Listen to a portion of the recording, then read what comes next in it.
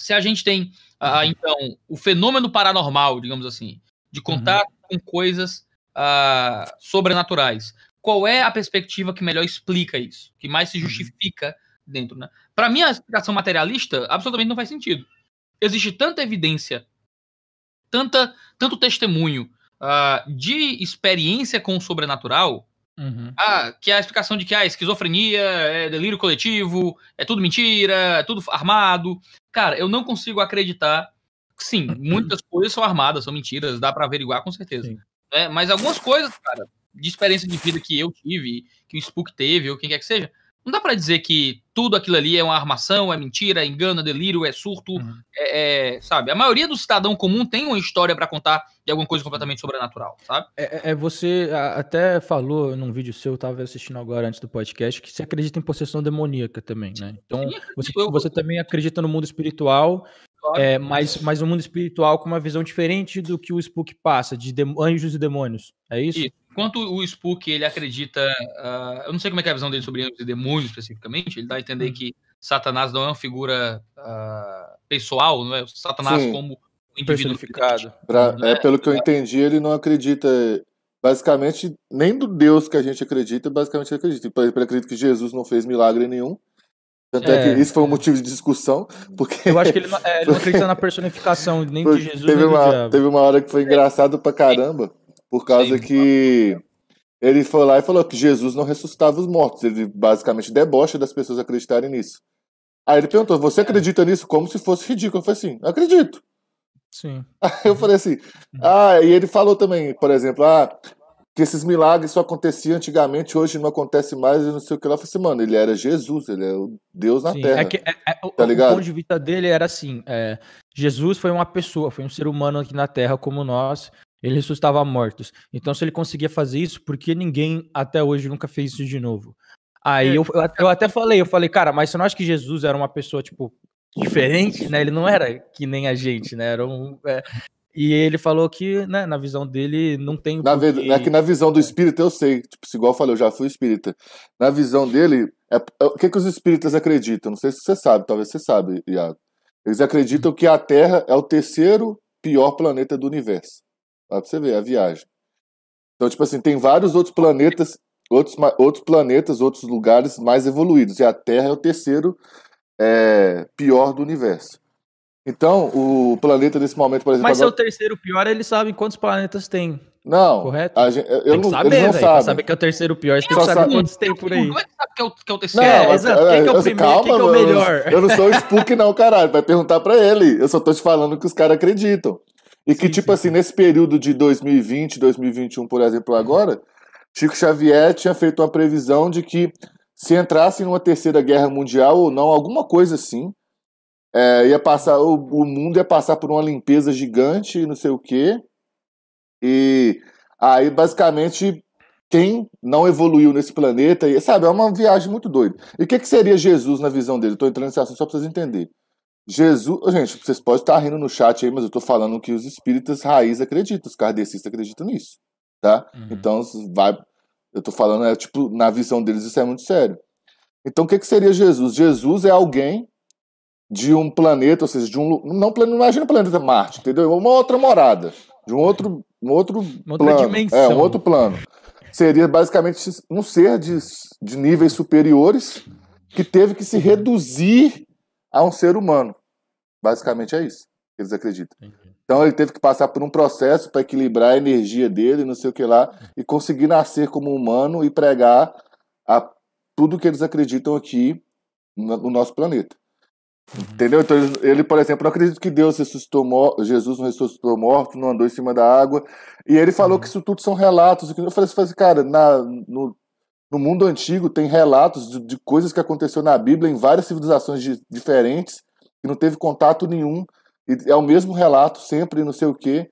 Teve uma hora também que ele falou, por que que... Aí eu falei assim, mano, não tinha iPhone pra filmar Jesus andando na água não, caralho. Tipo, saca o iPhone aí e filma Jesus andando na água, saca o iPhone aí e faz uma história do Jesus ressuscitando o morto, sabe? Não tinha como ter registro. Então eu falei com ele, inclusive, assim, você quer que eu não acredite que Jesus fazia milagre, que é o ser humano mais incrível que já viveu nessa terra, e você quer que eu acredite que você vê espírito? Tá ligado? Que só você vê, digamos assim. Não, acho que não é só ele, né? Tipo, tem Não, várias eu pessoas. sei, mas eu tô falando assim, é tão incrível quanto. Entendeu o que eu tô querendo dizer? Entendo.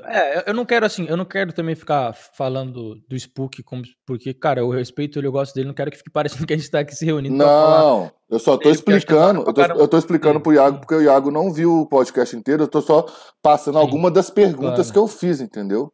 Aham. Mas igual, Mas eu também tenho volta perguntas pra fazer pro Iago, eu também, eu tô cheio de perguntas entendeu? pra fazer. Mas volta aí pro assunto, então, da sua visão do mundo espiritual. Sim, é isso que eu ia colocar.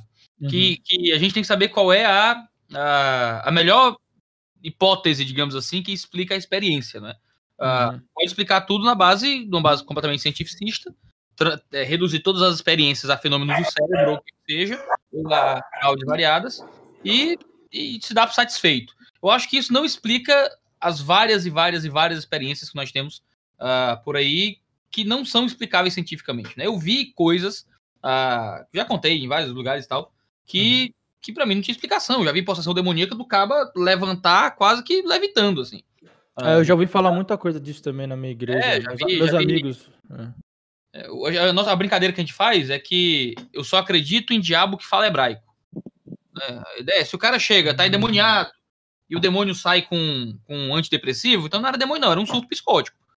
Cara, até essa parada aí, eu tenho até uma questão da falar em línguas, que os evangelhos usam muito, na minha igreja tinha pra caramba e tal. Mas falando da posição demoníaca, que você já viu e tudo mais, assim, pode acontecer que esteja um cara possuído ali na sua igreja, nesse momento, e lá na Índia, num outro lugar, tem um cara possuído também. Isso diria que o demônio também é onipresente como Deus? É o que a teologia cristã entende, que as forças demoníacas são muitas, né? Assim como os anjos, né, de Deus seriam plurais, os demônios também seriam. Quando a gente fala de possessão demoníaca, a gente não está falando do Satanás.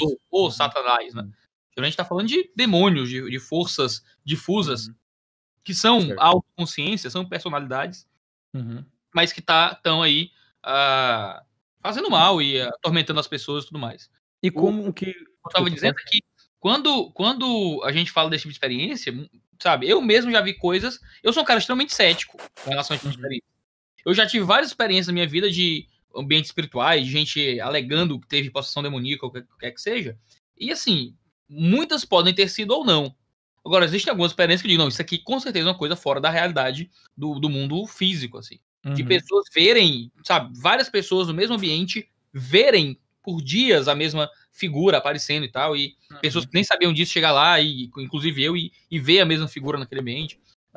Tudo, sabe, tentar reduzir tudo à experiência do delírio coletivo, da hipnose, o que é que seja, não dá. Você tem outras explicações, né, mais cristãs ou mais espiritualistas. Eu também acho que a explicação espírita não dá conta de lidar com a experiência.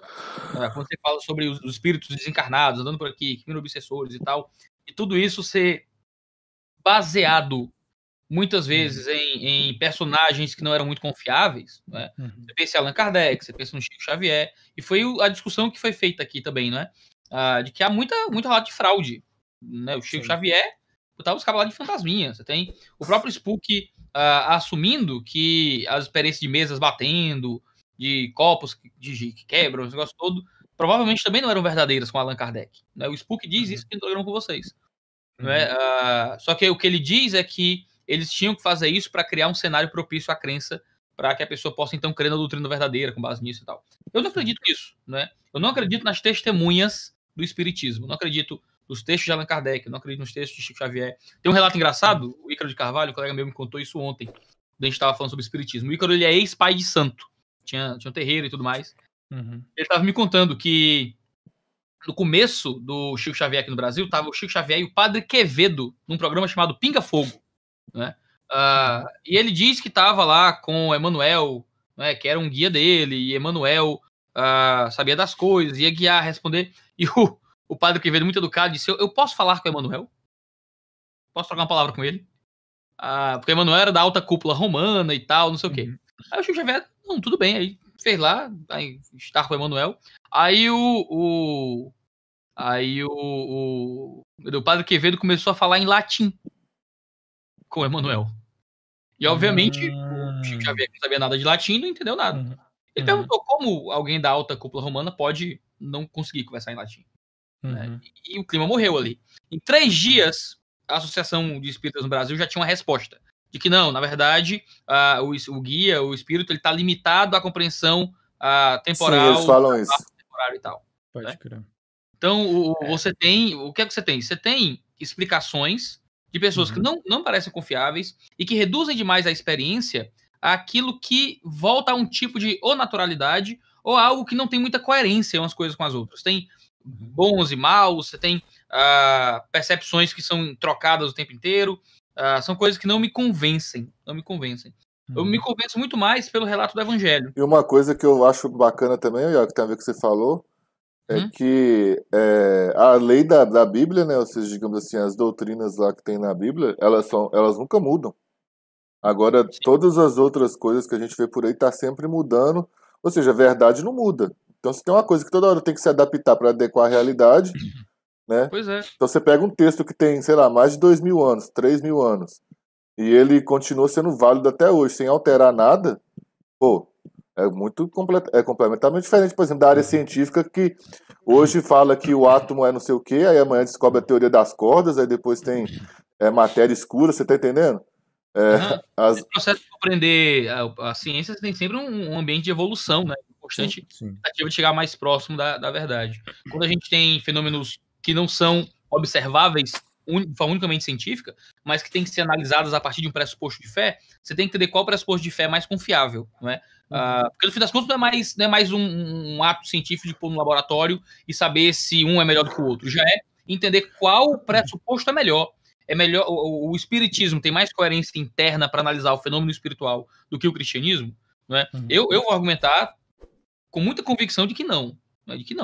De que a tradição cristã, na sua visão acerca de seres espirituais, de anjos e demônios, de existir uma força maligna, demoníaca, que quer atormentar os homens e separá-los da fé, e isso aparecer como, né, fenômenos fantasmagóricos, né, isso para mim explica muito melhor aquilo que acontece dentro desses ambientes do que simplesmente dizer que são realmente almas encarnadas, espírito obsessor e tal, com base em textos e em testemunhos de pessoas que não eram confiáveis. Brain Gas by Caio Botura.